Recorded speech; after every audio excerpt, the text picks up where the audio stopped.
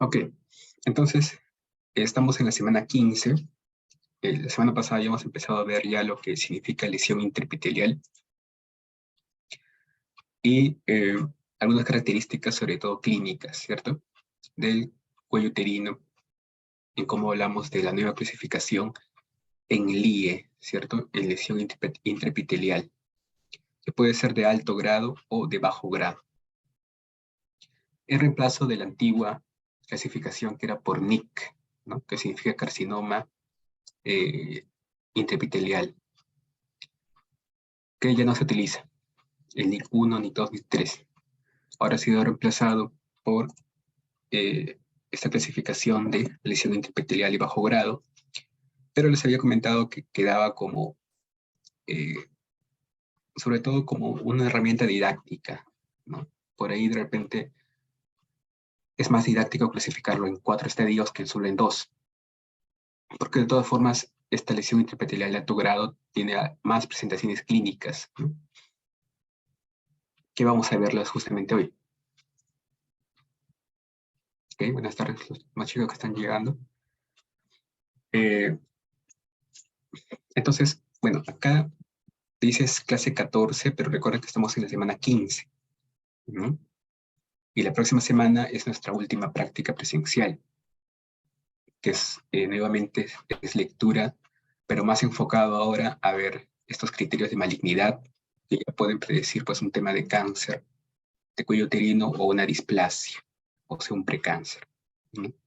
Entonces seguiremos viendo las láminas que nos restan de la caja, que es un poco extensa en ver todas las láminas, pero trataremos de terminarlas todas. Y justamente hoy día trataremos también de terminar las teorías de la semana 14 y 15, que van bastante de la mano. Y más que teórico, es totalmente aplicativo. Entonces, si han repasado las teorías anteriores de citología inflamatoria, esta teoría de acá y la que viene, que es cáncer invasor, nos va a ayudar tanto para la clase de hoy, para discutir las imágenes, como para la clase de la próxima semana, que es, como les repito, la última clase práctica, que también está sujeta a evaluación, para que salga su nota de EP3. Igualmente, no se olviden, creo que hasta el 30 tienen plazo para presentar sus imágenes de la actividad didáctica o la actividad lúdica, de hacer con algún material manual las células, ¿no? Algunas células que hayan elegido. Y también no se olviden de su tarea de difusión, que es hasta enero. Ok, entonces vamos a hacer, esto lo vimos la semana pasada, pero de todas formas vamos a hacer un pequeño recuerdo para que se nos quede más claro, ¿cierto? Acá tenemos pues un epitelio normal, un epitelio cérvico-vaginal, que como vemos es un poliestratificado plano, ¿no? Bueno, acá no se ve la última capita, pero estamos viendo las más profundas y las intermedias por lo menos, ¿no? Que está llegando pues a cubrir todo el conducto vaginal y la ectocervix, ¿no? O sea, la parte externa del cuello uterino, la exocervix. Ahí está todo este epitelio. Y por acá viene el virus del papiloma humano, que tiene muchas particularidades que también vamos a ver ahora, a repetir, sobre todo con su actividad genética, ¿no? Y el efecto citopático que tiene. ¿Ok? ¿Cómo les...? A ver, allá. Sí. Wendy, no te preocupes, la lista la vamos a pasar 7:15, como corresponde el inicio de clase, solo que por esta ocasión excepcional, que estamos empezando un poco más temprano, ¿no? Ok. Entonces tenemos un epitelio normal, sano, de una mujer sana. En algún momento de su vida se puede ver contagiado del virus del papiloma humano y que esté causando en el transcurso de algunos meses alguna infección visible, macroscópica, o una infección todavía intracelular, ¿no? Recuerden que todos los virus, su mecanismo de acción es intracelular. Ellos no viven fuera de la célula, en la sangre o en algún tejido, ¿no? Externamente, tienen siempre que estar dentro de la célula, siempre. Y ahí es donde se comienza a replicar, comienza a liberar su material genético que se puede integrar con el material genético de las células del ser humano y tener un efecto citopático, ¿no?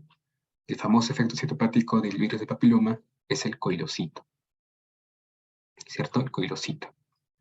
Acá lo vemos como unas células media rosadas, que vendría a ser la parte destruida del citoplasma, ¿no? Esa parte destruida que genera como un halo perinuclear.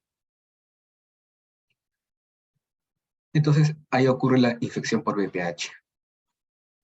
Si esta infección no se detecta a tiempo o pasa desapercibida, desatendida, con el transcurso de algunos meses, hasta posiblemente algunos pocos años, esta infección viral que estaba afectando sobre todo a las células superficiales y a las células intermedias, ya puede llegar a afectar a las células profundas, ¿cierto?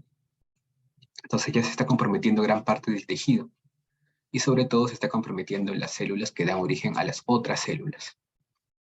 Entonces, si el virus infectó a la célula que produce otras células, estas células que produzcan van a salir anormales o no van a tener la capacidad de producir más células, ¿no? Entonces, al final todo ese tejido mutó. O ya no se renueva, o si lo hace de manera anormal. Entonces, estos dos estadios, tanto de la primoinfección, o sea, de una infección primaria por el virus de papiloma, y su persistencia en el tiempo, le llamamos lesión intraepitelial escamosa de bajo grado, un LIE-BG, lesión intraepitelial de bajo grado, de células epiteliales, ¿cierto? Entonces, ese es básicamente el resumen de esta lesión intraepitelial de bajo grado, infección por VPH. O sea, si ustedes ven un extendido endocervical coloreado con Papá Nicolau y ven leucocitos, logran detectar, perdón, coilocitos, ¿no? Detectan varios leucocitos de manera significativa, o al menos uno, bien notorio, es muy sugestivo de reportar de esta forma, ¿no? También dependiendo de otras variables, por ejemplo, la adecuación de la muestra, ¿no? Que eso lo vamos a ver cuando veamos Bethesda cada 2 semanas. Pero digamos de que si tenemos varios coilocitos, sí o sí iría este reporte, ¿no? Lesión intraepitelial escamosa de bajo grado. ¿Ya? Entonces prácticamente solo ver que hay un efecto de la infección por el virus de papiloma ya es una lesión, ¿no? Pero recuerden que todavía no es cáncer, ¿ya? No es cáncer esto, es una lesión intraepitelial. Algunos lo llaman inclusive precáncer, ¿no? Pero está un poco mal usado el término. Entonces simplemente déjenlo como lesión intraepitelial escamosa de bajo grado. Ya. Pueden pasar años, ¿no? Pueden pasar unos 5, 10 años o 2 años. Eso depende que la infección igualmente no se trate y no se hagan controles ginecológicos o básicamente coloración de Papá Nicolau. Entonces la enfermedad obviamente progresa, ¿no? La enfermedad progresa, se va extendiendo más. Acá tenemos ya un caso de displasia leve. Displasia leve. ¿Y qué era displasia? ¿Alguien recuerda más o menos qué quiere decir displasia?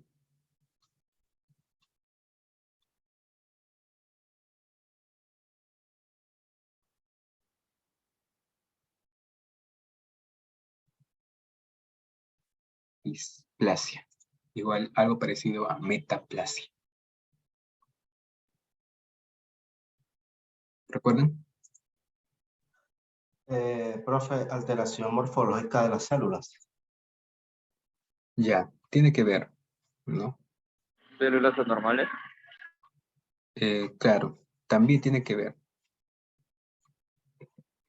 Si ustedes se van a la definición, sobre todo etimológica de la palabra, dis, ¿qué quiere decir? Dis, por ejemplo, dis viene de desorden, ¿no? Disorden. No decimos disorden porque suena mal, entonces lo cambiamos del español como desorden.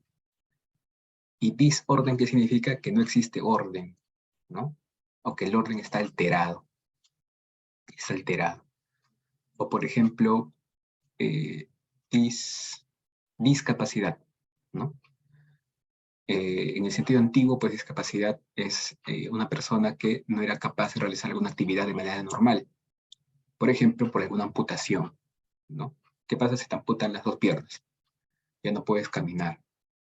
Entonces, ya no tienes la capacidad de caminar porque ha habido pues una mutilación, ¿no? Bastante grande, muy fuerte de los miembros inferiores.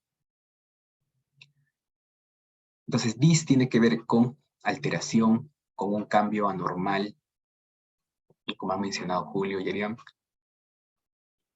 Y plasia está referido a crecimiento, ¿no? O a desplazamiento. En este caso es crecimiento o desarrollo. Entonces, la displasia es un cambio morfológico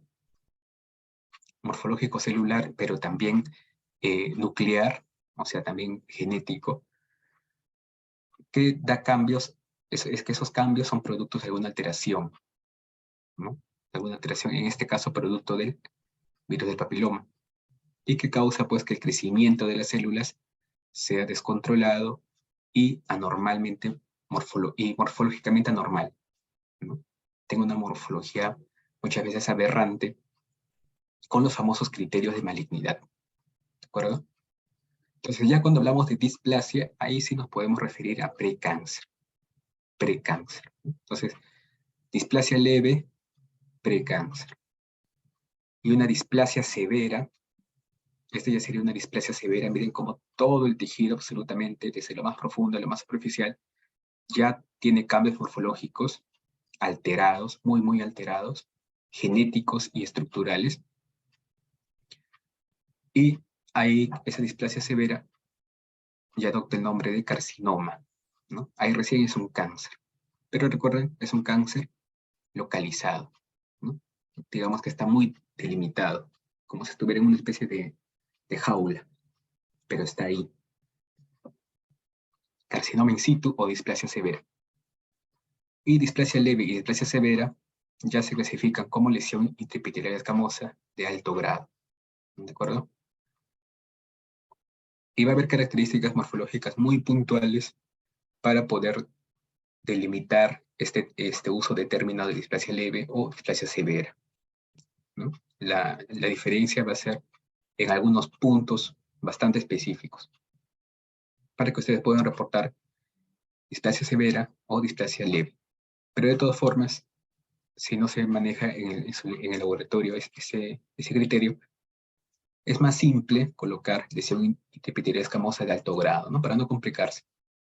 Lesión intraepitelial escamosa de alto grado, porque hay otros criterios de malignidad aparte del coilocito. Y finalmente, como decíamos, esta es como si un preso estuviera en una cárcel, ¿no? Y por algún momento su cárcel se rompe y logra pues salir a la sociedad, a robar, a matar. Entonces ya estamos en una etapa de invasión. Ya no es un carcinoma in situ, tenemos un carcinoma invasor, o también conocido de manera más general como metástasis, ¿no? Que viene a ser cuando las células neoplásticas malignas logran llegar a otros tejidos a través de los vasos sanguíneos y formar igualmente tumores, ¿no? Tumores malignos. Proliferan en otros tejidos. Y pueden ser tejidos muy diferentes a un tejido epitelial. Puede ser incluso hueso, que es un tejido totalmente distinto a un tejido epitelial, como el exocervical. Y acá hablamos de cáncer invasor. ¿De acuerdo? ¿Hasta ahí estamos claros? ¿Claros? Han apuntado, ¿no? La clasificación, al menos esos 3 tipos de clasificaciones, ¿no? ¿O alguna pregunta que por ahí quede?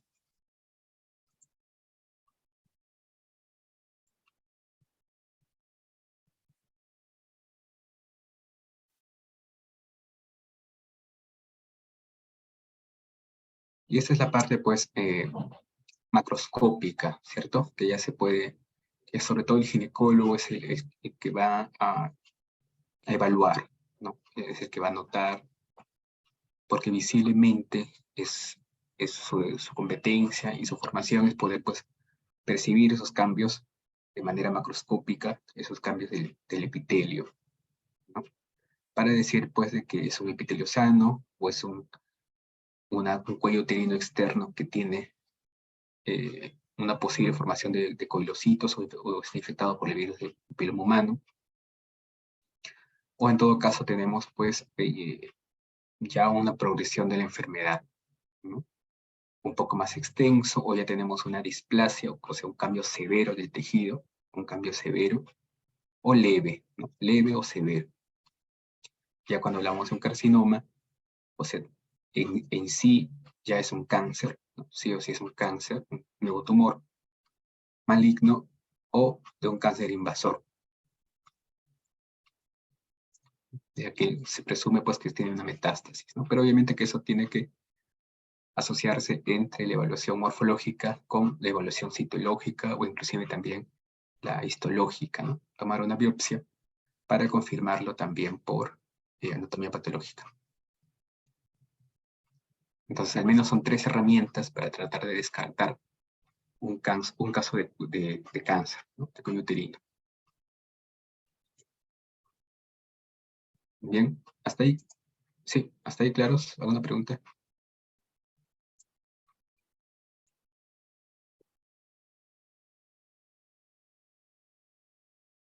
Todo claro, profe. ¿Todo claro? Ya, muy bien. Entonces, continuamos. Bien, entonces tenemos acá el virus del papiloma humano, ¿no? ¿Cómo se transmite este virus? Por la sangre, por la saliva, por el contacto directo. ¿Cómo se transmite el virus del papiloma de persona a persona?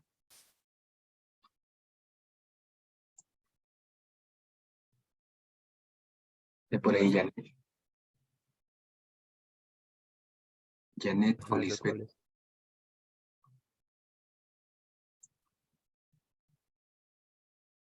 o Wendy.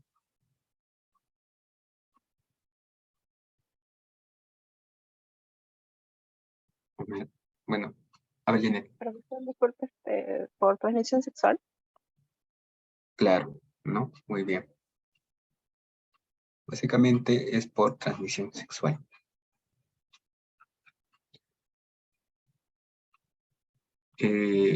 Pregunta general, ¿necesariamente entre varón y mujer? No, no necesariamente. Puede ser del mismo sexo, profesor. Ah, muy bien, Wendy. Puede ser, ¿no? Ahora que existe, pues, una gran variedad tenemos en el mundo una gran variedad de expresiones, digamos, de género. Entonces, hay que ser conscientes de que puede haber eh, esa posible, pues, infección, no únicamente entre el varón hacia la mujer, ¿no? Sino también entre mujeres y mujeres. ¿Y por qué no digo entre hombres y hombres? O también puede ser entre hombres y hombres.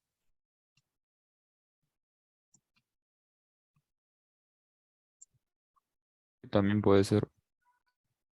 También Pero puede no se ser. manifiesta mucho en los hombres, ¿no? Ya, muy bien, Lisbeth. Muy bien, buen punto. Eso es cierto, ¿no? Eso es bastante cierto.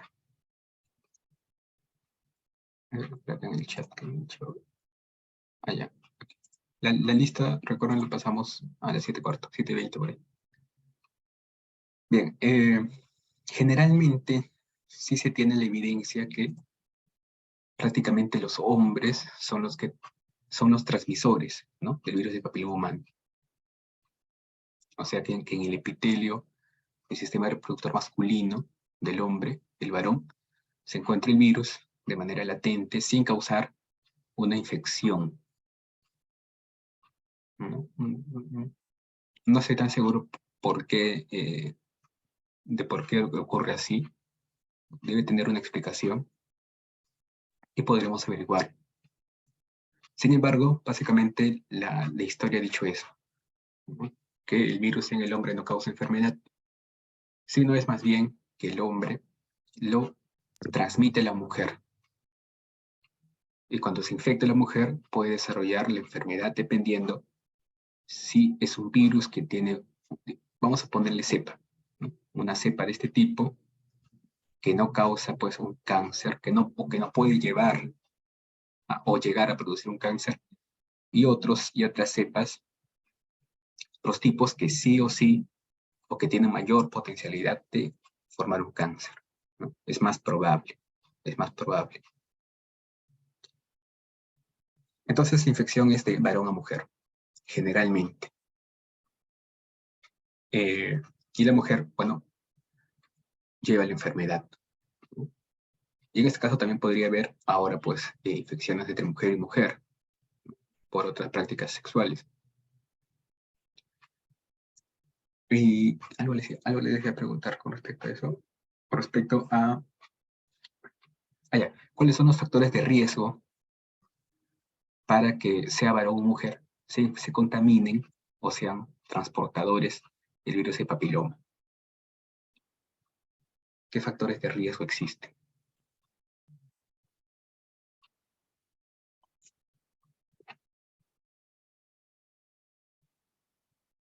La promiscuidad sexual, profesor. Ya, muy bien. O tener No varias cuidar, parejas. no usar preservativo también, profesor. Ya, excelente. ¿Algo más?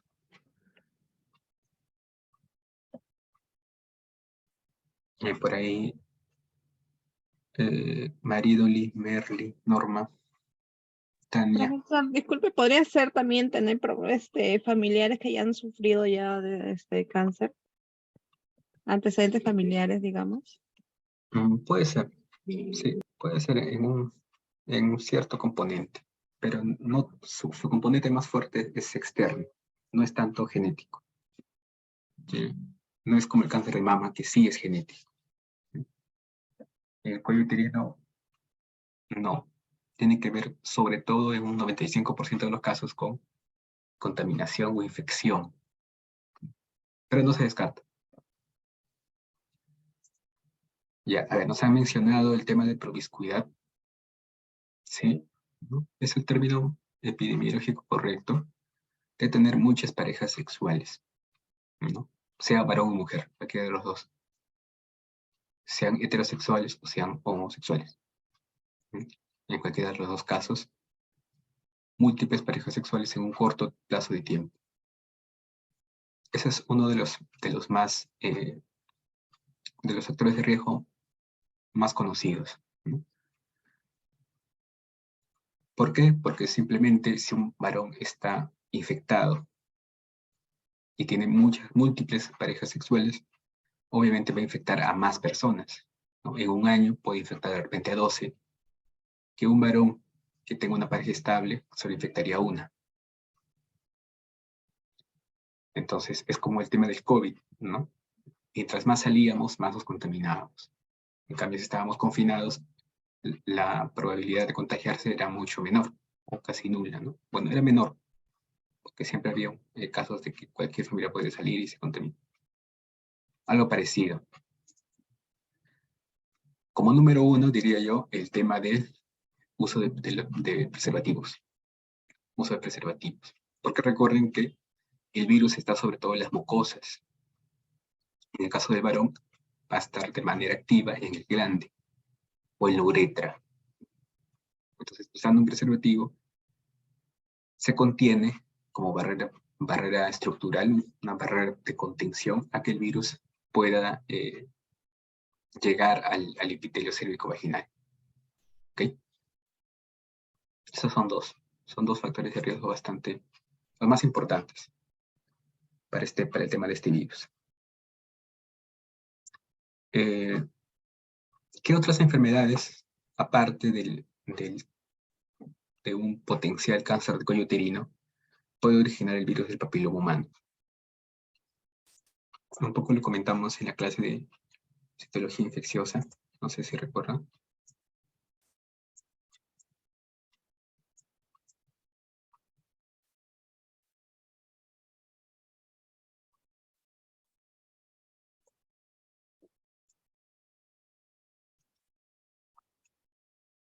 ¿Alguna otra enfermedad venérea, por ejemplo?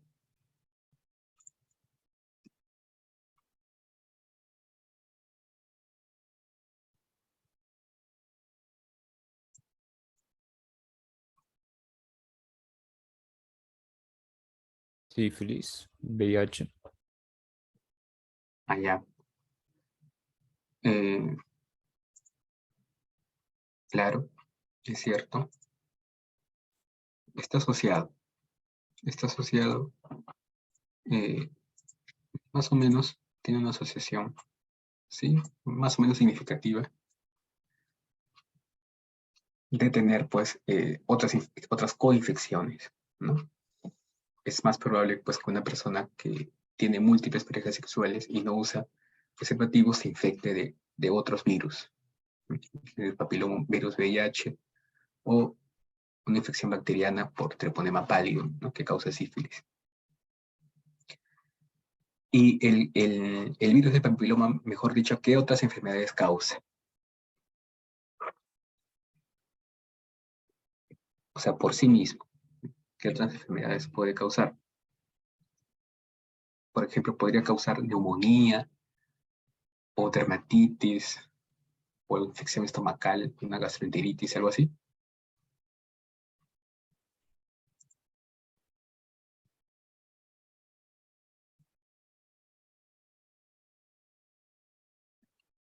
¿Se acuerdan de los famosos condilomas? A ver, voy a tratar de proyectarlo. Verrugas genitales. Claro, ¿no? También el tema de las verrugas, al igual que el virus herpes. Famosas verrugas, ¿no? Ya, a ver, acá hay una imagen. ¿Puede afectar la parte de la garganta también? Justo ya vamos a llegar a eso. Muy bien. Me lo voy a pegar acá. Ya. Esa imagen que ven ahí es el famoso condiloma, ¿no? Es como una especie de un tejido nuevo, como si la parte de la piel, porque generalmente esto ocurre, y sobre todo en las mujeres, ocurre pues en todo lo que es la vulva, ¿no? Pero también podría, como es un virus, se impregna en cualquier tejido y podría ocasionar esto, ¿no? Es como un crecimiento nuevo de tejido, medio cartilaginoso, ¿no? Medio elástico. ¿Dónde está el virus? El virus está activo. Entonces, no necesariamente el preservativo va a evitar que una persona entre en contacto con esta lesión, ¿no? Entonces, acá hay un montón, hay millones de virus que están vivos. Prácticamente han modificado la piel en esta forma, ¿no? Vía mutante. Igual que las verrugas o pequeñas lesiones como heridas, como erosivas. Entonces, de ahí también puede venir el contagio entre persona y persona por contacto directo. Por contacto directo. Que sobre todo es sexual, ¿no? No es por darse la mano, o por abrazarse, o por darse una palmada en la espalda. Tiene que haber un contacto directo con esta lesión, con esta lesión. Y el otro tema también que no podía faltar es que este virus en menor proporción, en mucha menor proporción, causa otras enfermedades que no están relacionadas a los genitales, externos o internos. Por ejemplo, está asociada con cáncer de faringe. Cáncer de faringe, ¿no? Está asociada con cáncer de faringe y también con cáncer de mucosa anal. Eso sobre todo en los HCH, ¿no? Los hombres que tienen sexo con hombres. Entonces, ya no se limita únicamente este virus en la epidemiología mundial a infecciones del cuello uterino, sino también en menor frecuencia, y sobre todo si son de este tipo, oncogénicos, 16 y 18, a cáncer de la faringe, o de la garganta de forma más amplia, y cáncer de mucosa anal, ¿no? Entonces,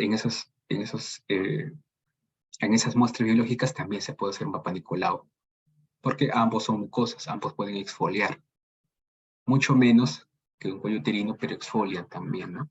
O en todo caso una biopsia. ¿Ya? Entonces, ese es más que todo el espectro clínico del virus de papiloma y su impacto en salud pública.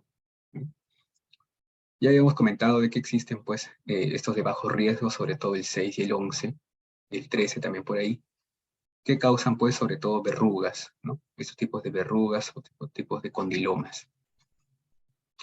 Que la enfermedad se autolimita, ¿no? Digamos que el virus está ahí, no llega a otras partes del cuerpo y muere, ¿no? Prácticamente el sistema inmunitario lo autolimitó y lo dejó morir. O si va al médico, toma un antiviral, aciclovir, por ejemplo, y limita también su capacidad de replicación, entonces hay una tasa de recuperación más rápida.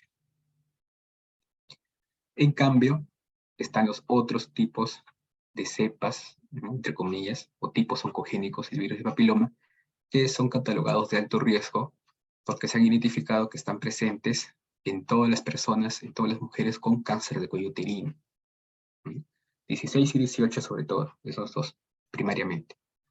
Estos sí, con el paso del tiempo pueden llegar a formar una lesión interepitelial de bajo grado, o sea, el coilocito, o en todo caso ya unas displasias, ¿no? Una lesión interepitelial de alto grado, y finalmente pues su historia natural terminaría en un cáncer invasor, en caso no haya tratamiento.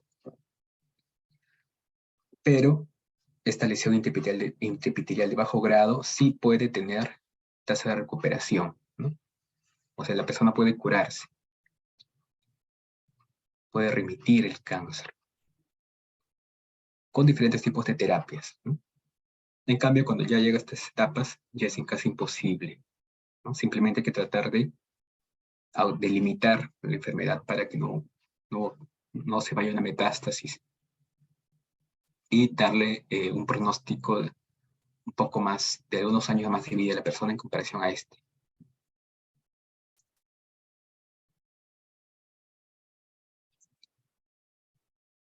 Bueno, esta es sobre todo la biología molecular de ambos tipos de virus. Los de bajo riesgo, 6 y 11, como ven acá su ADN, el ADN del virus, o ARN, no recuerdo qué tipo de material genético tiene, creo que es ARN, no se integra con el ADN de la célula, ¿no? De la célula humana, no se integra. O sea, no se conecta, no forma parte de él, no se fusionan. Sin embargo, este virus sí tiene el famoso efecto citopático del coilocito, ¿no? Miren cómo destruye el citoplasma. Acá mejor, ¿no? Destruye el citoplasma. Estas partículas virales dejan este hueco, como si hubiera caído una bomba nuclear, dejaron un hueco. Entonces es una citólisis parcelar, ¿no? Ese es el coilocito. Es una ruptura de la célula, un segmento de la célula se rompe. Pero no afecta el núcleo, porque recuerden que en el núcleo está el virus, ¿no? Entonces si destruye el núcleo, el virus muere. El virus necesita del núcleo para poder vivir.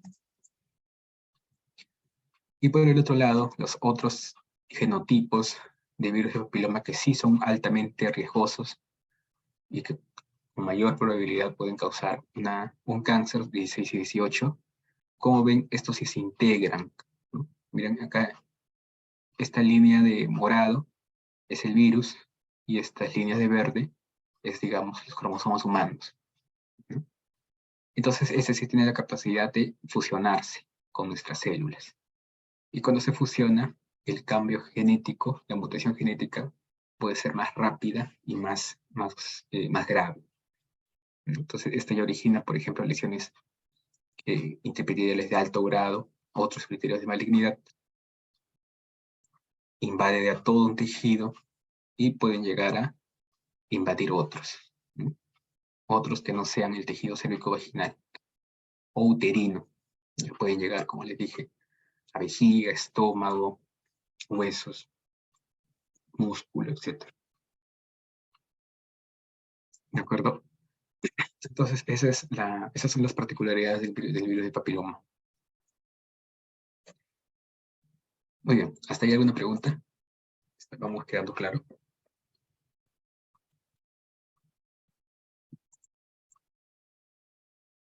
Ya para empezar a ver las imágenes, y usted más bien me digan cuáles son los criterios alterados citológicos que observen, ¿no?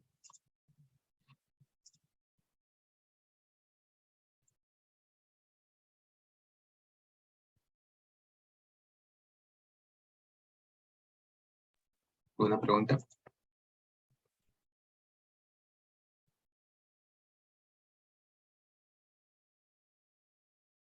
Profesor, todo bien.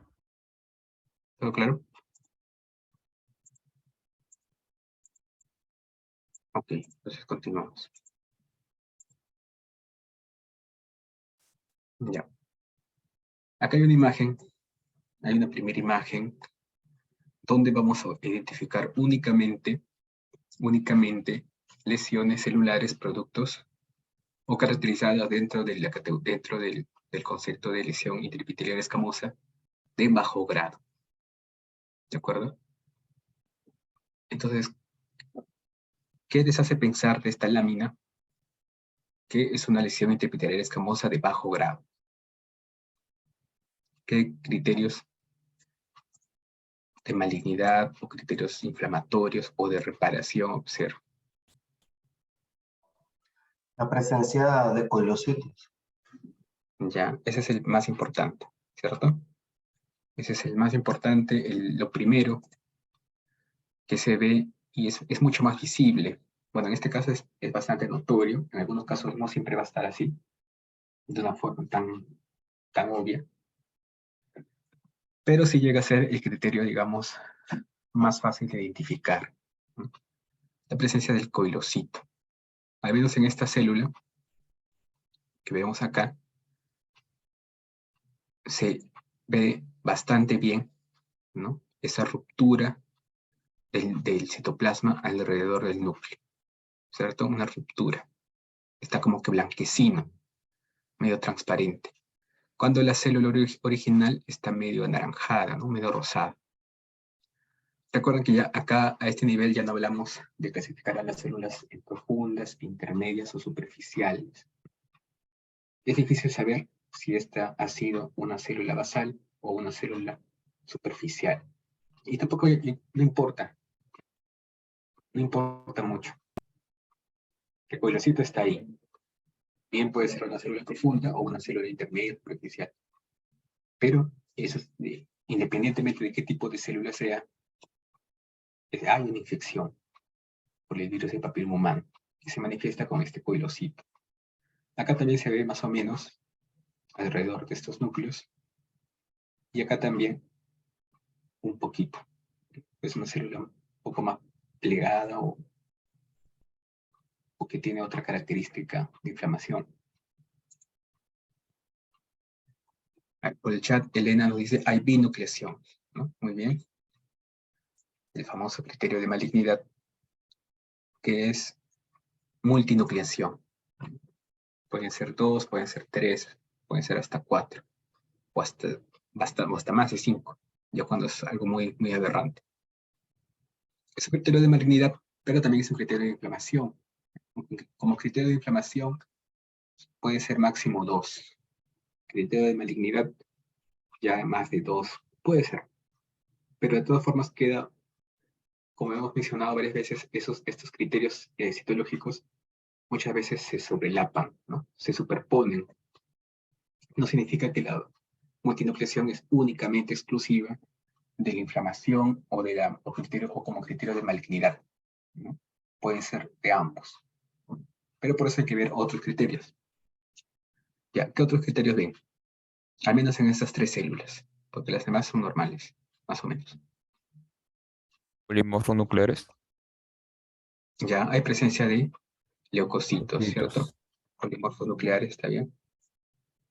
Y es un criterio de inflamación de fondo, no celular. Pero enfoquémonos por ahora en las células, únicamente en estas 3 células. ¿Qué otros criterios de malignidad o de inflamación existen? Porque recuerden que no estamos en cáncer todavía, ¿no? ¿Cómo se llama esta lesión? A ver, por ahí, Tania.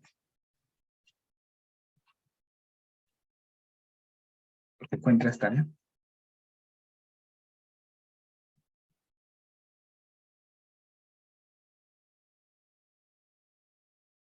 O Norma. Profesor, disculpe, recién estoy llegando a mi casa, estaba en el micro. Ya, ok. ¿Qué tipo de lesión se observa acá? En general, ¿cómo se llama? ¿Cómo lo clasifica Bethesda?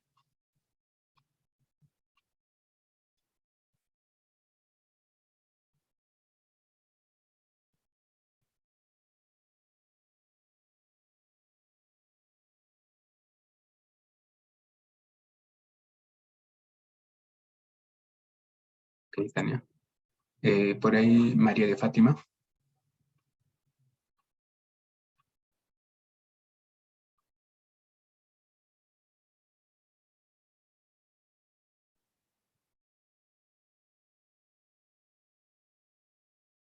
Ok, estamos en una lesión intraepitelial escamosa de bajo grado, ¿no? Como dice acá ese título. Lesión intraepitelial escamosa de bajo grado, como dijo Julio, hay coilocitos. Y Elena mencionó un criterio de malignidad, multinucleación. María mencionó un criterio de inflamación, polimorfos nucleares. ¿Qué otros criterios hay? De malignidad, de inflamación. ¿Qué otros criterios se observan en estas 3 células? Profe, se puede decir que hay una pseudo-eosinofilia en esa que está de color poco como anaranjado. En Ajá, ese- claro, ¿no? Está bien. Acá hay una pseudoeosinofilia, prácticamente estas 2 células. Tienen un color anaranjado bien fuerte. Bueno, acá está más o menos tenue, pero no es rosado o azul, como normalmente vemos las células. Acá igualmente, ¿no? Más o menos se ve entre rosado y naranja. Ya, es un criterio también sobre todo de inflamación, pseudoeosinofilia. Muy bien, ¿qué más? Por lo menos hay 3 más. Puede estar en el núcleo, en el citoplasma. Profesor, ¿puede ser también los bordes irregulares? Ajá, claro. Más que regulares, les decimos bordes, ¿cómo les decíamos? Bordes como que difusos, ¿no? Unos bordes difusos, como si estuviera perdiéndose o desvaneciéndose la célula. Porque pueden ser, estas pueden ser células de repente superficiales, ¿no? Entonces es normal que sus bordes estén medio plegados o irregulares, ¿no? Poliédricos. Pero lo que sí es notorio es que sus contornos celulares están como que difuminados, ¿no? Sobre todo acá, mire, como si alguien estuviera cortando la célula, haciéndolas polvo. Ya, ese es otro criterio, ¿no? De inflamación, sobre todo. Cuando vemos esa característica de células miofantasmas, que también está muy relacionada con la citólisis, con la ruptura de las células, ¿no? Cuando se quiebran y vemos trocitos de citoplasma nada más. Ya, muy bien, hay 2 más, hay 2 criterios más. Vacuolación, profe. Ahí donde está ahorita se ve como una vacuola, ¿no? Puede ser, pero yo pensaría más en coilocito. Vamos a ver otros ejemplos donde la vacuolización sí es más intensa, hasta en el núcleo, ¿no? Pero acá parece que simplemente es la difuminación, ¿no? La citólisis citoplasmática. Pero también es un criterio de inflamación. Hay dos criterios más muy fuertes asociados a malignidad que se están olvidando en el núcleo. Comparen estos dos núcleos. Bueno, hasta tres tipos de criterios de malignidad. ¿El núcleo está algo granulado? Ya, está medio granulado, ¿no? ¿Qué pasaría si esto fuese una célula superficial? Sería algo irregular, ¿no? ¿Cierto? Sí. Ujú. Ya, eso se llama un patrón de distribución irregular de la cromatina, ¿no? Distribución irregular de la cromatina. Por ejemplo, acá parece que hubiera unos 5 puntos nada más, bien condensados, lo demás está blanco. O acá en esas dos células pareciera que únicamente en el borde del núcleo se ha pegado la cromatina, ¿no? Y todo lo demás lo deja medio blanquecino. Entonces, eso es distribución irregular de la cromatina, un criterio de inflamación, pero también criterio de malignidad. Muy bien, les faltan dos criterios para avanzar a la siguiente, que también continúan en el núcleo.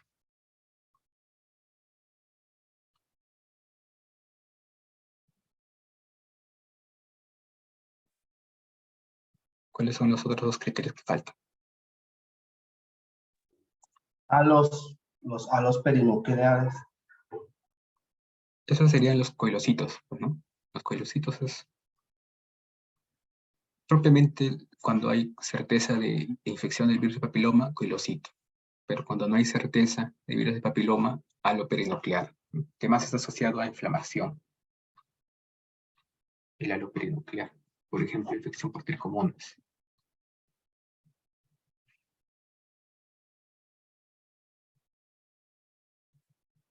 ¿El núcleo es algo grande? Ya, muy bien, ¿no? Ese es otro criterio de inflamación. En Un relación edema, de tamaño, ¿no? En relación núcleo celular, ¿no? núcleo citoplasma. Ah, núcleo citoplasma. Núcleo citoplasma, sí. Está alterado. Si vemos estas dos células y que las comparamos con estas, vemos que estas están mucho más grandes, ¿no? Prácticamente el doble de tamaño. Entonces, eso es el famoso, pues, agrandamiento, puede ser de toda la célula o únicamente del núcleo, que es como entre comillas le decíamos, edema, ¿no? O hinchazón de la célula. La célula crece de tamaño. Ya, eso es lo que te da inflamación. La célula crece de tamaño. El núcleo, sobre todo, empieza a crecer de tamaño, como si se hinchara y se deforma un poco. Muy bien, y el último, que está acá. ¿Qué ven acá? Hipercromasia. Claro. Por ahí debieron empezar. El criterio más fácil. Hipercromasia. Son dos núcleos que también tiene que ver con la distribución irregular de la cromatina, pero en este caso es una condensación muy alta, que prácticamente le da la apariencia a estos núcleos de ser pues totalmente oscuros, ¿no? O negros. La hipercromasia. Muy bien. Entonces, básicamente hemos podido detectar los 6 criterios de inflamación y entre criterios de malignidad también en este campo, ¿no? Solo en este campito. Entonces yo les recomiendo que hagan una hoja, ¿no? Agarren una hoja, la mitad de una hoja, y hagan pues una lista con criterios de inflamación, más o menos son como 8 o 9. Escriben todo. En la parte de atrás, criterios de malignidad. Poniendo todos los criterios, que son 6, 7. Y lo tienen siempre a la mano para estos tipos de ejercicios o en su práctica, ya en caso se dediquen a citología. No es necesario memorizárselo, simplemente es saber cuáles son y poder detectarlos cuando los vean. Ya con el tiempo los van a memorizar.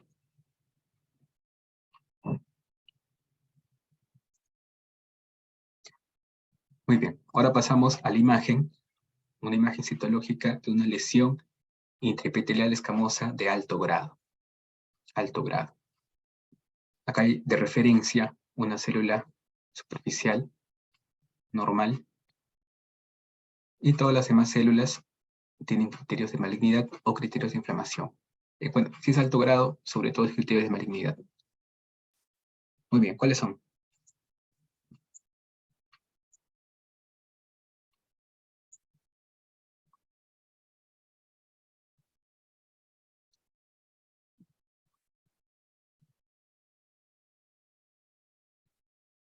Quiero escuchar a Merly, Roger, Maridoli, María.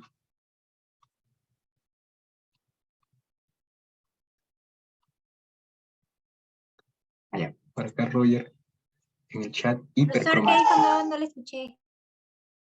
Criterios de malignidad.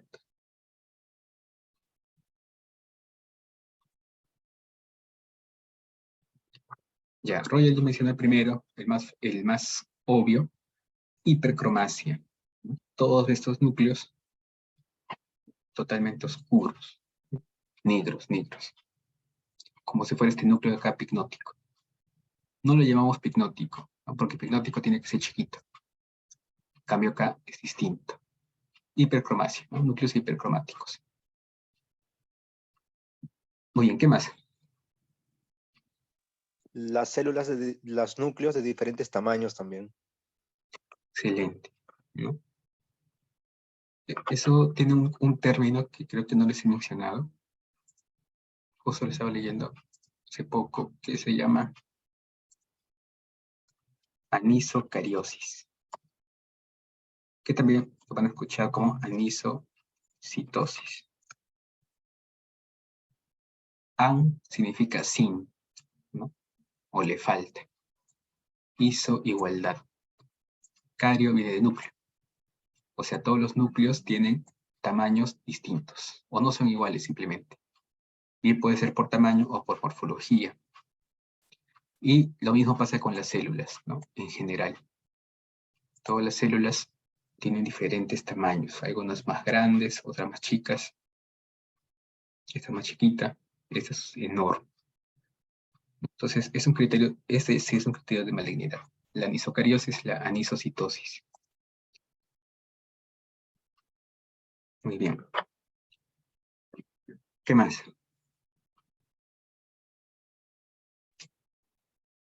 Discariosis, profe, mencionando también ese término.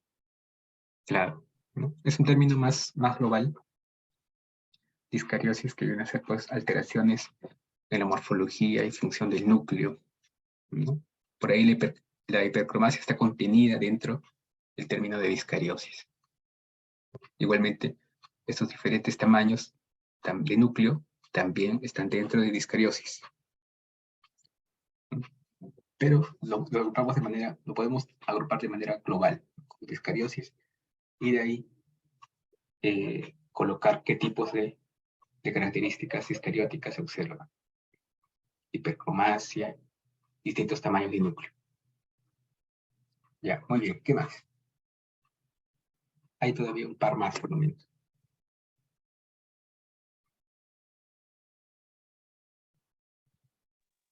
Profesor, ¿puede ser binucleación? Sí, puede ser, ¿no? Pareciera que fuera una Están sola dentro del célula. mismo, dentro de la misma célula, parecen dos núcleos. Exacto, ¿no? Sí, también igualmente acá parecieran que fuera el mismo, ¿no? Binucleación, ya también puede ser, que también estaría dentro del término más general de discariosis. ¿Ok? Ya. Multinucleación. Por acá Roger nos dice disqueratosis. Sí, también hay disqueratosis, que es una alteración del citoplasma, ¿no? Y en este caso, ¿cuál es la alteración del citoplasma?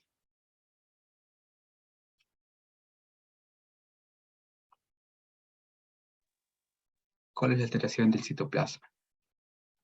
Se ve como que si fuera transparente e irregular, ¿no? Ya, sí, está medio traslúcido, un poco bastante irregular, ¿no? Miren este de acá, sumamente irregular, ¿no?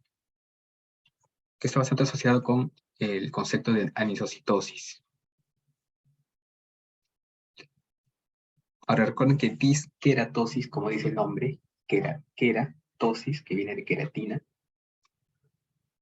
más que abarcar a cualquier alteración del citoplasma, está más enfocado en lo que es una producción excesiva de queratina.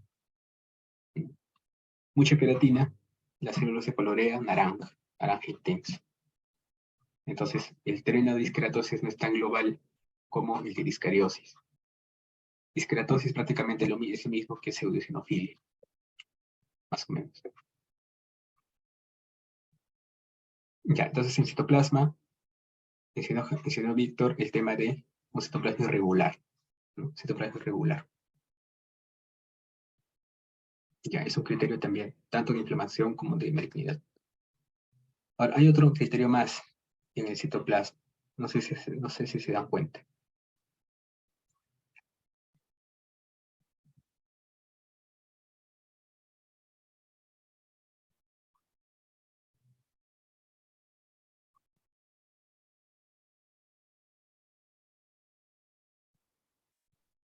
Acá donde podemos ver la vacuolización. ¿Cómo? La vacuolización, allí mismo, profe. Claro. Acá recién se ve de manera más notoria el tema de la vacuolización. También esos dos circulitos y un tabique de la célula, ¿no? Acá se ha roto el citoplasma. Es como que le hubiera caído una granada y hizo un hueco. Acá también. Acá hay más pequeños, acá hay uno más grande. Acá también hay otro más, ¿no? Se ven como si fueran burbujas dentro del citoplasma, que celularmente son pues rupturas del citoplasma. Vacuolización. Muy bien. Y también podría ser incremento, ¿no? Incremento del tamaño, que tiene que ver con anisocitosis o discariosis. Incremento del volumen, del tamaño del núcleo y del citoplasma, a veces manteniendo la relación núcleo-citoplasma. De repente, estas células fueron, en su inicio, células basales, ¿no? De repente, por el tamaño, por el núcleo. Y la alteración, pues, sería esta hipercromasia, porque recuerden que la cromatina de una célula profunda, una célula basal, es laxa, ¿no? Es fina, homogéneamente dispersa, finamente granular. En cambio, acá está todo lo contrario. Entonces, ha mutado, ¿no? Posiblemente sean, entonces, todas estas células, sean células profundas, ¿no? Parabasales o basales. Pero podría decirse que mantienen su relación núcleo-citoplasma, aunque se ven agrandadas algunas, ¿no? En comparación a este, por ejemplo, se ven más hinchadas, lo que decíamos como edema.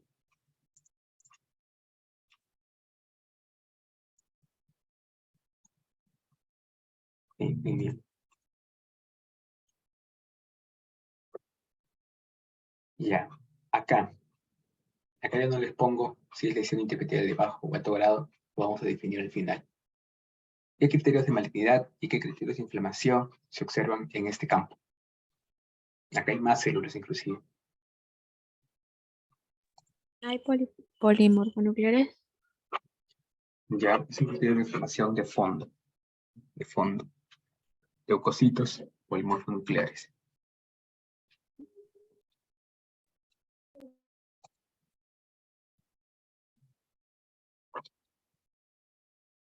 Ya, por acá en el chat, Roger me dice disqueratosis. Acá sí, ¿no? Acá sí es mucho más evidente la pseudoeosinofilia. Por ejemplo, acá más o menos, acá mucho más, ¿no? Disqueratosis prácticamente representado como pseudoeosinofilia. Ya, muy bien. ¿Qué más?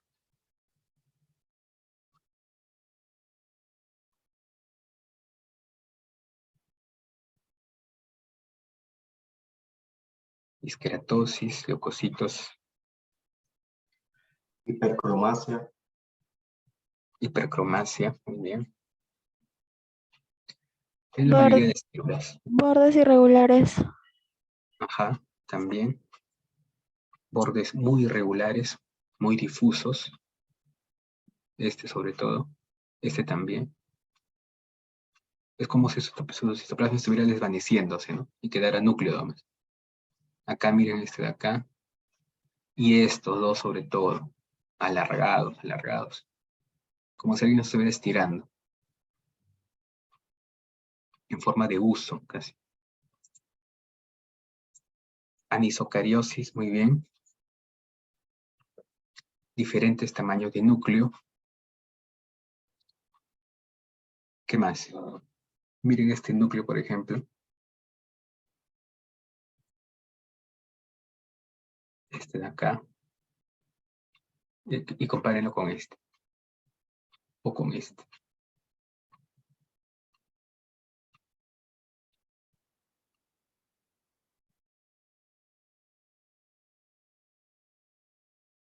O con este núcleo de acá.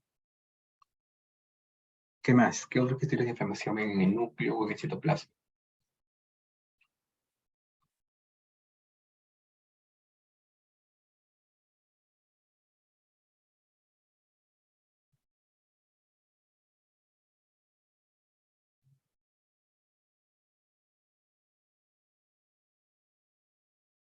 Vamos, es oportunidad para juntar puntos.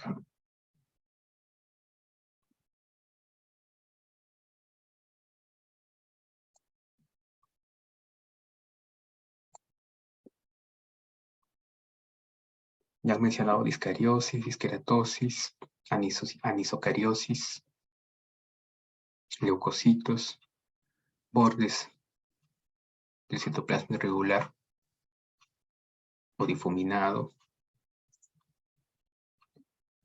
Vacuolización no es tan visible. Puede que haya, pero no es tan notorio. Leucocitos, claro, ¿no? De fondo.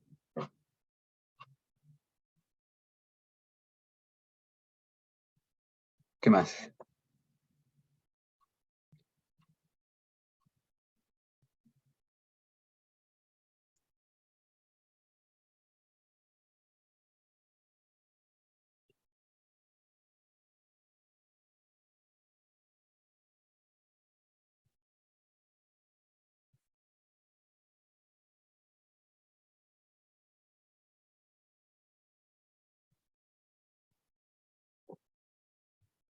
Por ejemplo, borde nuclear irregular.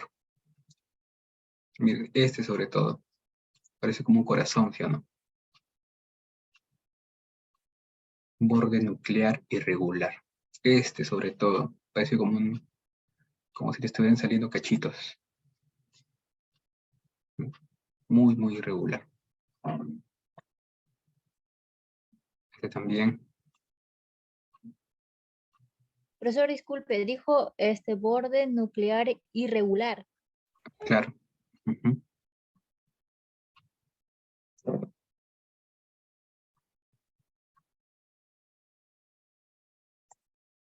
¿Qué ven en esta célula? Estas dos de acá. ¿Cómo las describen? ¿Normales?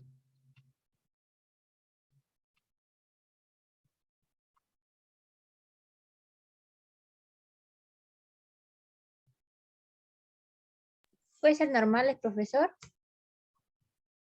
¿Pueden ser normales? ¿Qué dicen los demás? No, están muy hipnóticas y muy grandes y deformes. Exacto. Se ven Muy bien. alteradas, ¿no? Totalmente. Totalmente. Por eso, por eso, como les menciono, es muy importante que conozcamos primero lo normal, para que lo anormal nos resulte más fácil de percibir. Si consideramos como normal esto, quiere decir que todavía no conocemos las células como son las células sanas.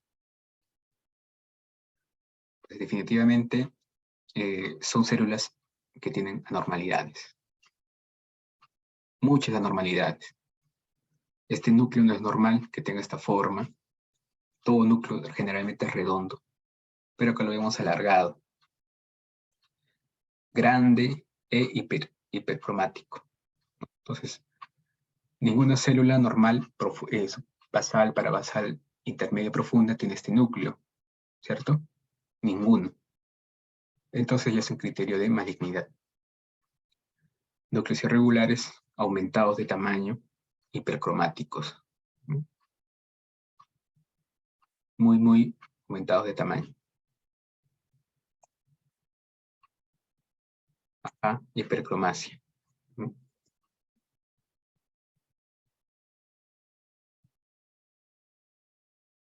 Inclusive, no, anfofilia no hay. Anfofilia, ¿recuerdan anfofilia? Cuando una célula tiene dos colores. Azul y rosado, o azul y anaranjado.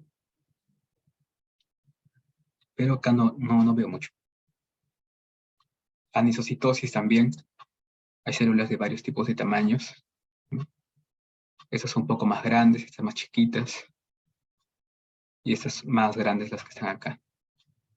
Incluso miren acá esta célula, parece como un espejo. También, ¿no? Un borde muy irregular. Y parece que estuviera hinchado, edematizado, igual su núcleo. Posiblemente estas hayan sido también células profundas, ¿no? Posiblemente. Pero mantienen su relación núcleo-citoplasma a pesar que hay criterios de malignidad, ¿no? Borde nuclear irregular, hipercromasia, anisocariosis. Entonces, finalmente, ¿cómo describirían esta lámina? ¿Cómo lo reportarían? ¿Como lesión intraepitelial de alto o de bajo grado? De alto. Sí, de alto, profesor. De alto, ¿no? Muy bien. Muy bien. Ese era el objetivo, ¿no? Que ya puedan diferenciar con algunos criterios nada más, sobre todo de inflamación y de malignidad, qué tipo de lesión podría estamos viendo acá, ¿no? Definitivamente no es una lesión de bajo grado. Definitivamente. Podría ser una lesión intraepitelial de alto grado, o inclusive podría ser también un cáncer invasor. ¿Sí? Cualquiera de los dos. Pero al menos ya estamos dirigiendo el diagnóstico hacia algo más grave, para que se tomen las decisiones adecuadas. Muy bien, muy bien. Ya. Nos vamos a tomar entonces un receso, justo antes para pasar lista. Y seguimos viendo más imágenes de otros tipos de lesiones intraepiteliales. De acuerdo. Vamos a pasar lista, no se vayan. Que ya son 7:15.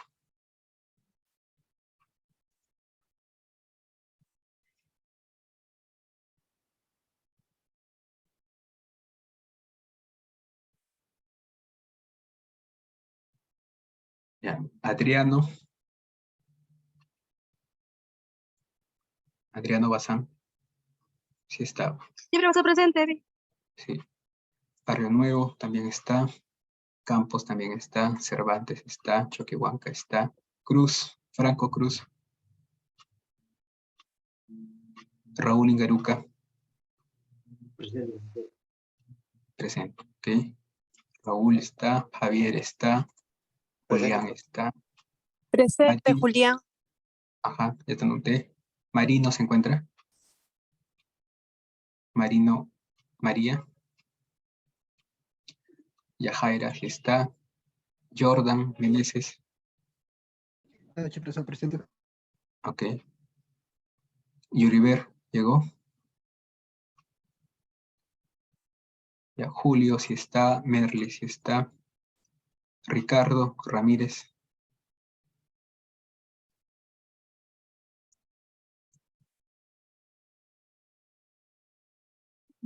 Daniel Rentería. Norma, si está. Presente, profesor, buenas noches. Ok. Sivincha, todavía no llegan. Tornero, Torres y Valer, si están. Presente, profesor, buenas noches. Presente, profesor, buenas noches. Sí, ya les apunté a las 3. Ok, nos vamos a hacer un receso de 10 minutos hasta las 7:25.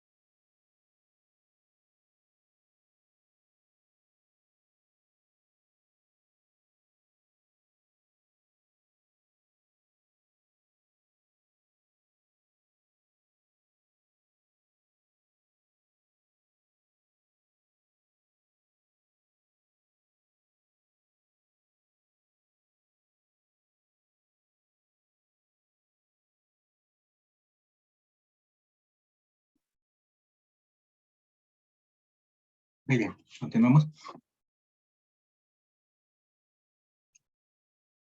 Entonces, por ejemplo, este es un tipo de carcinoma.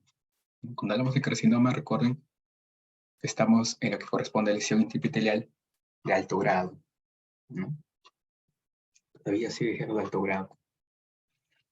Pero indistintamente utilizamos lesión intraepitelial escamosa de alto grado. Pero ya de forma un poco más subclasificada, lo mencionamos como carcinoma de células escamosas queratinizantes o cáncer in situ. Hay un montón, bueno, hay como 4, como 5 tipos de cáncer que afectan al cuello uterino, ¿no? Por ejemplo, el más conocido es este de células escamosas queratinizantes, ¿no? O sea, el carcinoma que afecta únicamente a las células superficiales, digamos, a las células superficiales. Muy bien, ¿qué criterios de malignidad observan? Porque esto sí es maligno, esto ya es un cáncer en sí.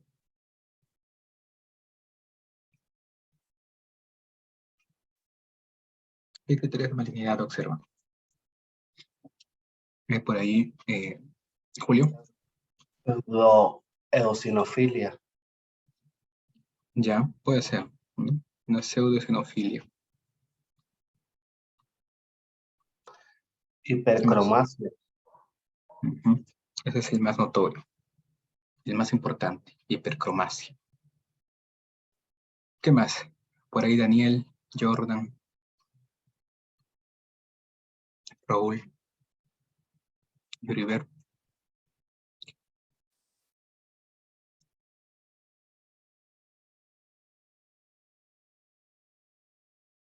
¿Qué otros criterios de malignidad observan en esta imagen?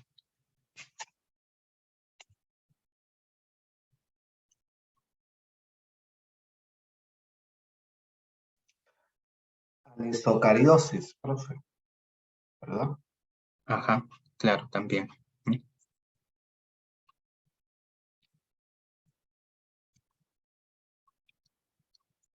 Alteraciones en el núcleo en general, ¿no? Discariosis, anisocariosis, hay diferentes tamaños de los núcleos. Hipercromasia. ¿Qué más observan? Por ejemplo, miren esta célula de acá.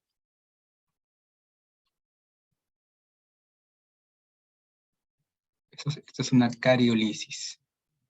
Es una ruptura del núcleo. Es como que si el núcleo hubiera explotado en partecitas, ¿no? Cariólisis. Entonces también es un criterio. Puede ser de inflamación, pero también de malignidad, ¿no? Bueno, la presencia de leucocitos, claramente, que es un criterio de inflamación más que todo. De fondo, recuerden, de fondo, igual que matíes o filamentos mucoides, es de fondo, ¿no? No es citológico.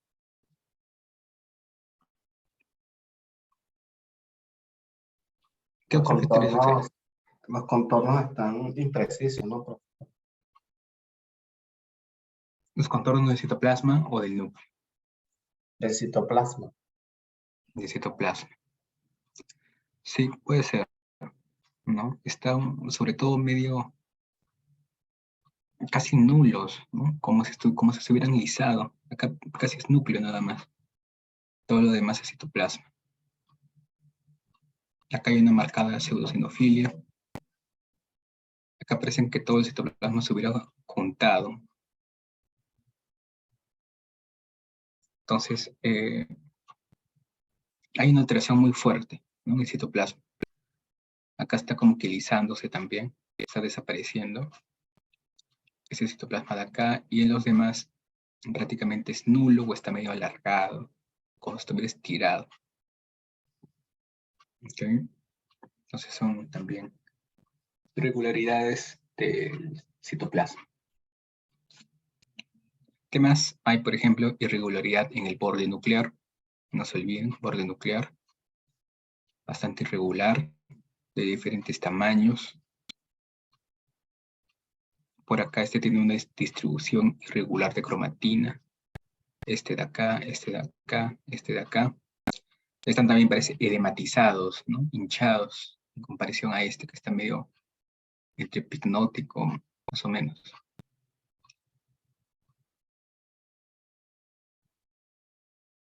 Ya, este ya es un caso de carcinoma, entonces.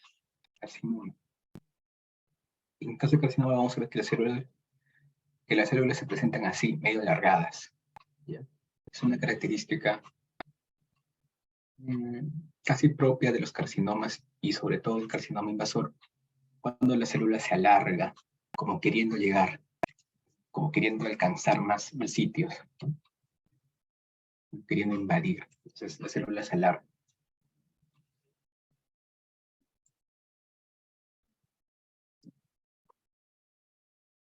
Muy bien, entonces vamos a hacer este resumen.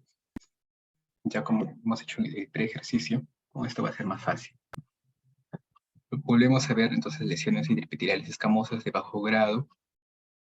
Vemos células más grandes que conservan muchas veces la relación núcleo-citoplasma. Y por ahí también pueden estar conservando su color, ¿no? Cianófilo o eosinófilo. Acá en esta célula propiamente vemos binucleación, núcleo en dos, o también que se le conoce como mitosis aberrante. Esa célula es un coilocito, aunque no se ve tan bien. Este se ve mejor, mucho mejor, ¿no? Una citólisis parcelar o coilocito. Acá es mucho mejor el coilocito, que inclusive parecía una anfofilia, ¿no? Está medio entre rosado y azul, y medio morado en algunas partes.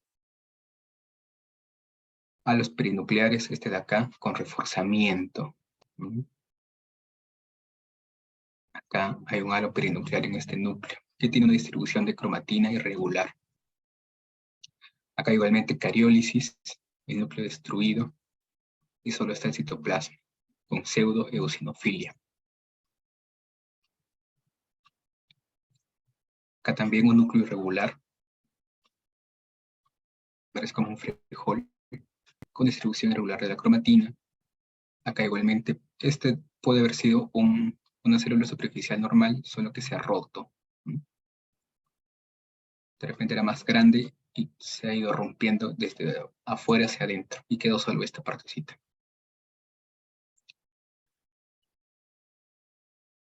Pero en general las células se ven más o menos normales, ¿no? En comparación a esto, o a esto de acá. No hay muchos cambios. El cambio, digamos, más notorio es el coilocito o la multinucleación.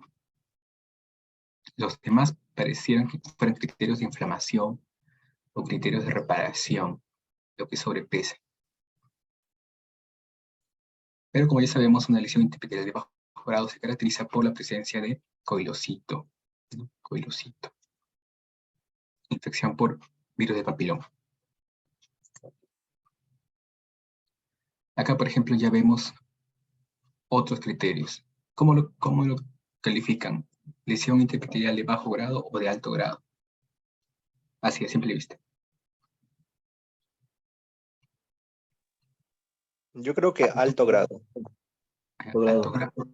Alto grado. Alto Ya. grado. Ya, muy bien. Sí, ¿no? Más o menos es una lesión de alto grado. Porque vemos que hay muchos cambios mucho más significativos, ¿no? Más frecuencia de cambios más significativos, y criterios de malignidad, sobre todo en el núcleo, es lo que más altera. Muy bien. Por ejemplo, tenemos células pequeñas o en lámina, ¿no? Estos son productos, igual que esta célula de acá, de la citólisis, ¿no? De la citólisis. El citoplasma poco a poco se fue quebrando, rompiendo, desaparece y deja el núcleo desnudo. Este, por ejemplo, de acá es un núcleo desnudo. Estos dos también, ¿no? Entonces acá hay una abundante citólisis. Este citoplasma, mira, está desapareciendo. Acá en esta célula vemos un núcleo epignotico y atípico. Bueno, en general esta célula también presenta una anfofilia. Acá está medio rosado y acá está medio entre verdoso a gris. Anfofilia. Pero en la anfofilia es más inflamación. Disqueratosis, todo esto. Parece como si todas las células se hubieran mezclado, ¿no? Se hubieran combinado. Como si fueran plastilina y les hubieran hecho una sola masa. Entonces son todas alteraciones del citoplasma que se manifiesta con una alta pseudoeosinofilia. Y una paraqueratosis atípica que se refiere justamente a este conglomerado de células. Para también es alterno, digamos, ¿no? Queratosis de acumulación de queratina. Ya no se utiliza mucho ese término, ahora todos han quedado resumido en disqueratosis. Pero vean, ¿no? Vean estos núcleos hipercromáticos bastante grandes. Cuando ustedes vean núcleos hipercromáticos y grandes, ya empiecen a sospechar en criterios de malignidad, ¿no? Porque el único núcleo benigno y que es hipercromático es este de acá, el picnótico, el de una célula superficial. Es el único que se considera normal. Pero cuando ya vemos núcleos grandes, irregulares, medio hinchados, este núcleo de acá, por ejemplo, miren, parece un barquito, y son grandes, ¿no? Hipercromáticos, como repito, ahí ya definitivamente criterio de malignidad. Lesión intraepitelial de alto grado o cáncer invasor. Acá también está la anfofilia, ¿no? Miren, fondo azul y algunas partes rosadas o anaranjadas. ¿No? Bien notorio. Anfofilia, ese también, mucho más la anfofilia.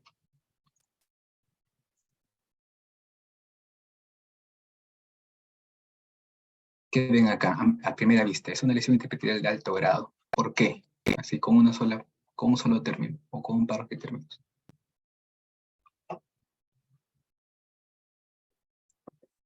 ¿Por qué es una de alto grado?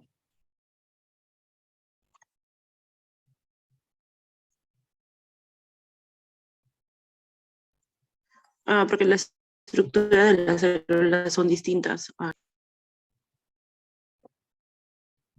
Sí. Aunque eso se ve bastante en inflamación inclusive, ¿no? O en lesiones intraepiteliales de bajo grado.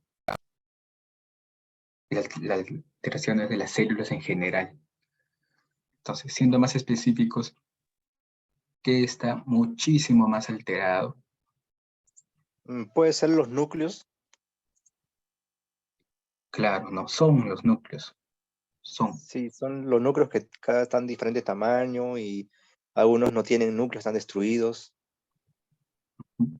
Claro, ¿no? Definitivamente. Los núcleos están muy, muy aberrantes. Todos son discarióticos. Miren acá este supernúcleo, una multinucleación, como si estuvieran brotando varios núcleos. Este núcleo de acá con una cromatina también muy irregular. Este también grande, este otro grande, este parece como un cerebro. Este también, ¿no? Parece como la cara de un cocodrilo. Acá, con sus ojitos, su nariz y sus dientes. Pero hay otros núcleos que son picnóticos, que pueden ser núcleos sueltos. Hay también algunos leucocitos, pocos, pero eso no importa mucho. Lo que más importa es lo grave de la situación de estos núcleos, ¿no? Mira acá núcleos gigantes, pero casi blanquecinos. En cambio, estos son hipercromáticos. Esto de pseudosincicio significa la formación de estas placas de células que eran individuales y se han juntado en una sola. Como les decía en la anterior imagen, que había una especie de compactación de las células, como que se hubiesen fusionado todas en una especie de monstruo. Eso se llama pseudosincicio, ¿no? O pseudosincitio.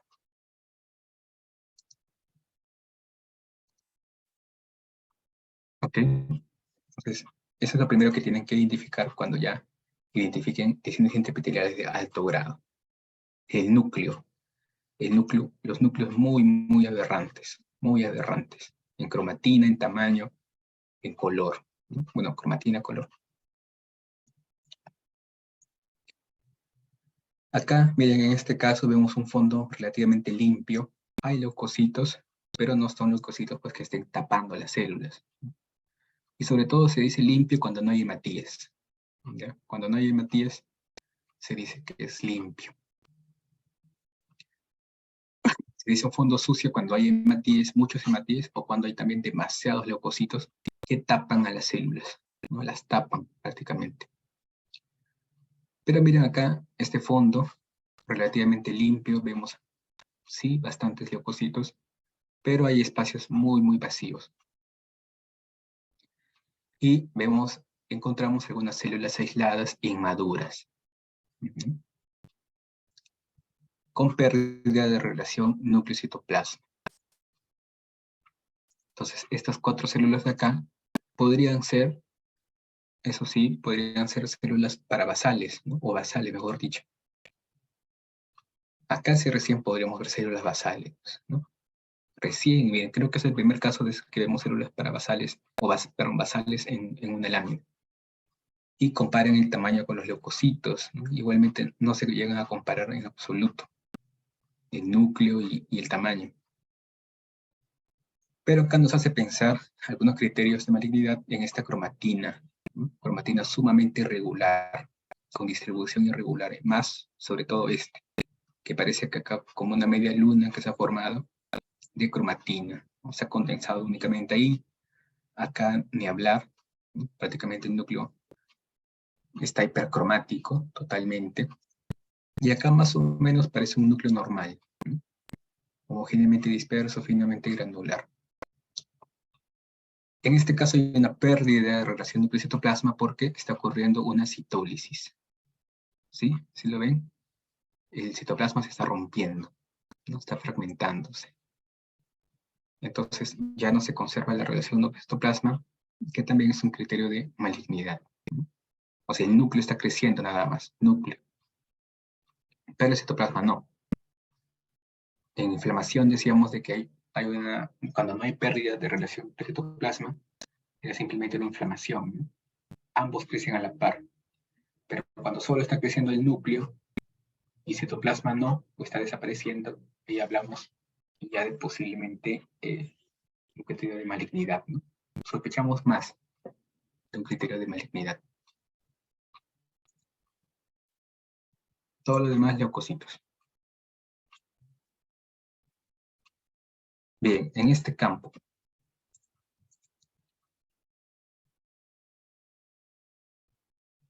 Recuerden que también hay una actividad en el aula virtual que cierra este viernes, que es de inflamación, ¿no? Entonces, para que no se le acumulen las tareas, háganlo. Porque posiblemente hoy por el tiempo no nos alcance a ver todas las láminas. Entonces también quedaría tareas para criterios de malignidad de lesiones intraepiteliales de alto y bajo grado.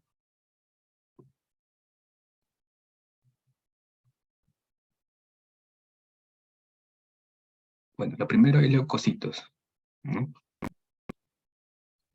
Hay bastantes leucocitos polimorfonucleares.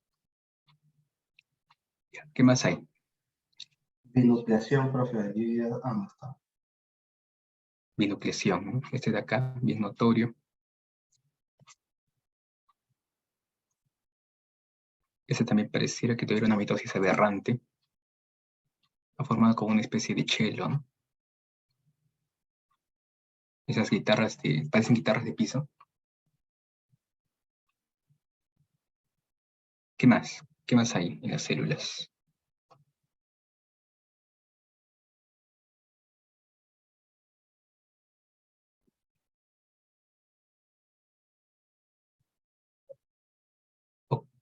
Y finalmente, ¿cómo lo calificarían? ¿Alto o bajo grado? ¿O inflamación? O sea, algo benigno.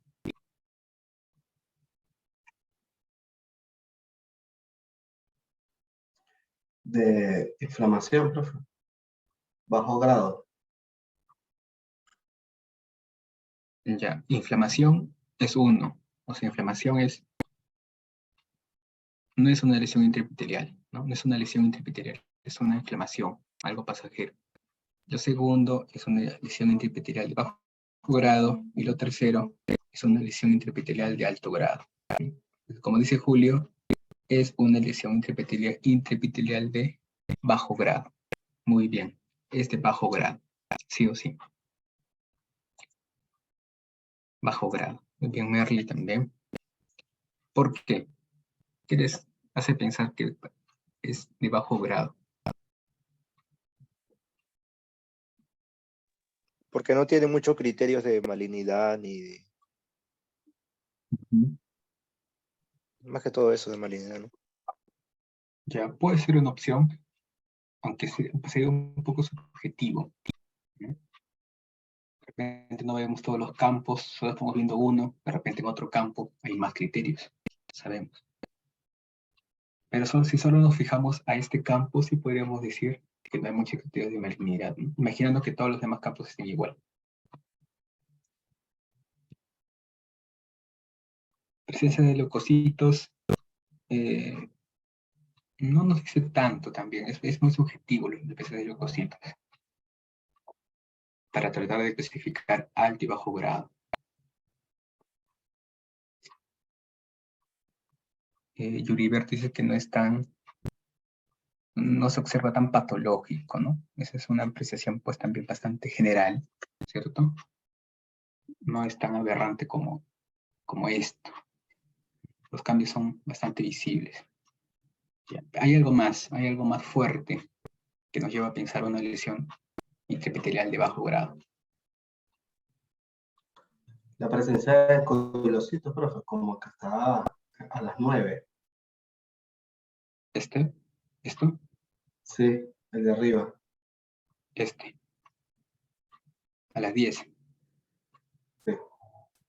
Ajá, claro. Eso nos lleva a pensar con más fuerza en lesión intraepitelial de bajo grado. Por ejemplo, de acá también supercoilocito.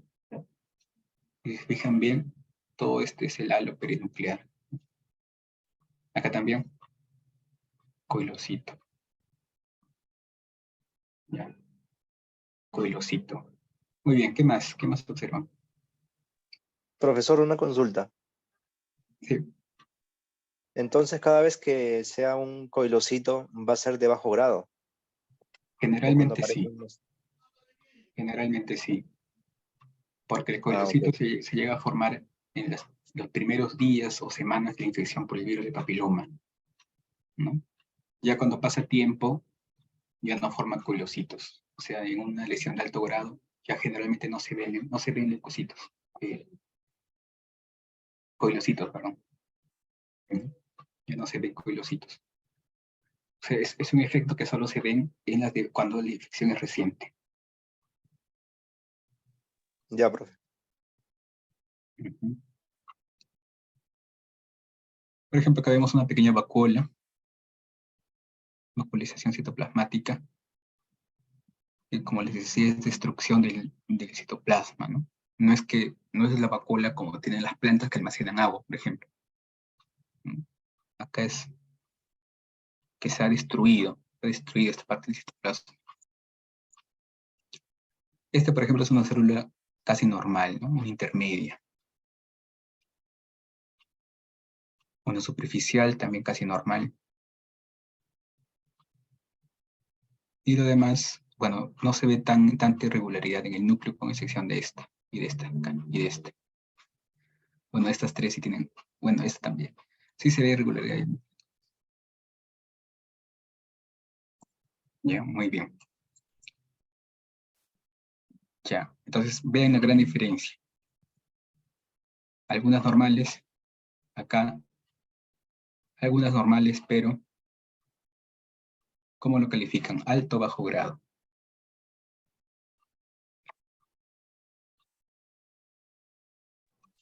Alto, profe.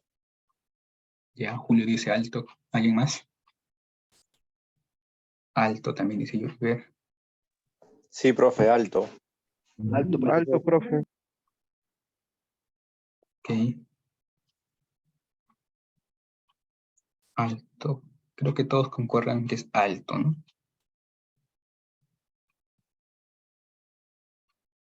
Alto. Ok. Bien, sí es alto, ¿no? Alto grado. ¿Y por qué? ¿Qué características citológicas les lleva a pensar que es de alto grado? Los núcleos de distintos tamaños, profesor. Ah, muy bien. Núcleos de diferente tamaño, ¿cierto? discariosis. Pseudoeosinofilia. Pseudoeosinofilia también. ¿Sí? Por ejemplo, esta de acá también. Entre un naranja y un rosado bien intensos, ¿no?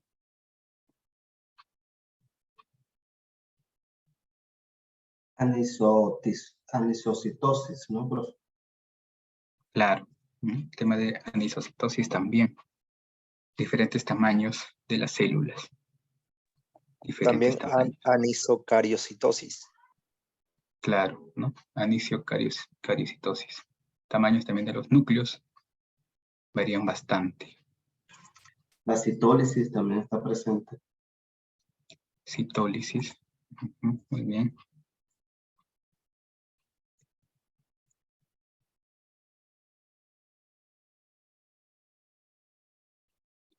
Algunos tienen citólisis, ¿no? Aunque en general la gran mayoría tiene bordes nítidos con una tendencia a lo azul, ¿no? A lo cianófilo. Tienen tendencias en cianofilia.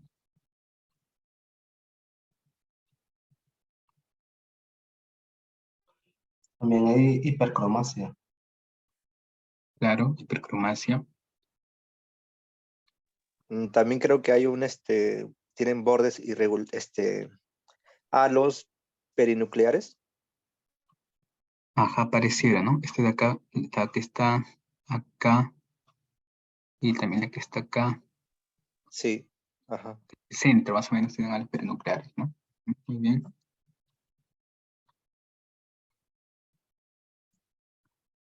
Por ejemplo, también un criterio para mencionar que es una displasia leve, aunque ya no se utiliza ese término, pero sigue siendo una lesión intraepitelial de alto grado, es cuando hay un cambio en la relación núcleo-citoplasma, ¿no? Por ejemplo, acá la relación núcleo-citoplasma es mucho más alta. En general, en todos está siendo alta. Entonces, cuando vemos que la gran mayoría de células, su relación núcleo-citoplasma tiene una tendencia alta, podemos estar hablando también de lesiones intraepiteliales de alto grado. Los núcleos, generalmente los más grandes, pierden su redondez, ¿no? Se vuelven irregulares o se vuelven multinucleados o muy irregulares como estos del centro. El borde nuclear también ligeramente engrosado, porque ahí se condensa más cromatina. La cromatina obviamente es más grosera, ¿no? Más hipercromática. Como ha mencionado también la anisocariosis y polimorfismo, ¿no? O pleomorfismo del núcleo. O sea, de diferentes formas, diferentes tamaños. Y el tema de multinucleación.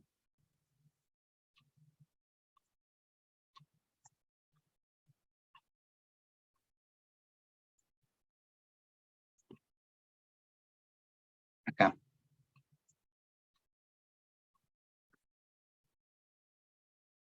Por ejemplo, acá es otra imagen, ¿no?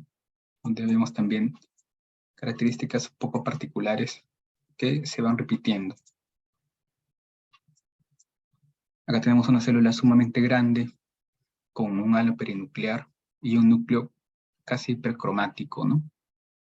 Que podría corresponder a una célula intermedia, pero no nos da a pensar tanto, ¿no? Porque una célula intermedia tiene un núcleo un poco más pequeño y no tan hipercromático. Acá hay una desviación, por ejemplo, de la relación núcleo-citoplasma, ¿no? En esta célula de la izquierda. Acá hay citólisis, varios núcleos desnudos, una célula superficial normal y un núcleo pignótico, ¿no? Una célula lisada. Se nota el halo perinuclear, ¿no, profe? También. Claro, ¿no? Acá está el halo perinuclear. Y en la imagen de la derecha ya vemos que está mucho más alterada la relación núcleo-citoplasma, ¿no? Con una tendencia hacia el alta. Estas tres células que están en fila, relación núcleo-citoplasma alta. Pensamos más en lesión intraepitelial de alto grado. Acá, esta sí es una célula casi pasando de intermedios a superficial, ¿no? Normal. Y una célula superficial también alterada, el núcleo irregular. Y el citoplasma también deformado, ¿no? Alargado.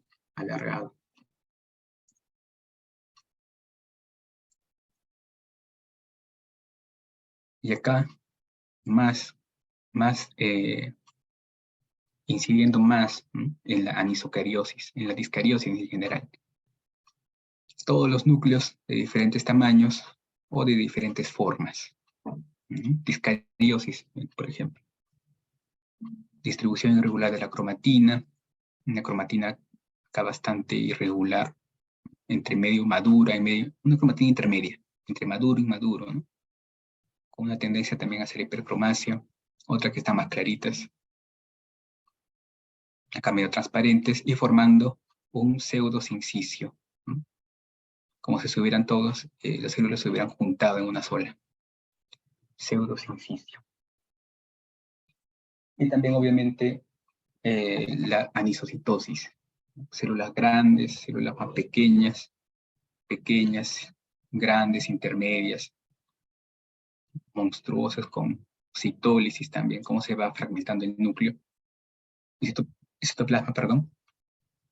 No que hay un resto de citoplasma, como si lo hubieran pellizcado. Acá aparece un pelícano, ¿no? Un colibrí. Ese debe ser un núcleo aplastado.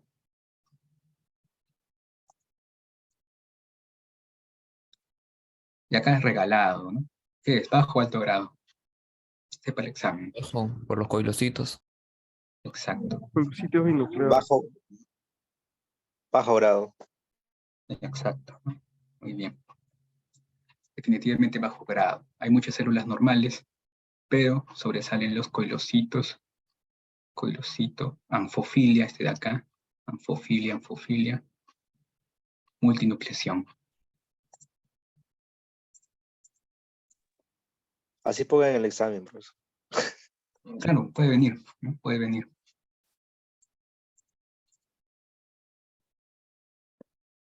Y acá, esta ya es una lámina de un cáncer invasor, por ejemplo, que es este próximo tema. Generalmente las células se disponen en fila india. En un cáncer invasor. Se hace el extendido y vemos que todas las células se han puesto en hileras, como haciendo cola.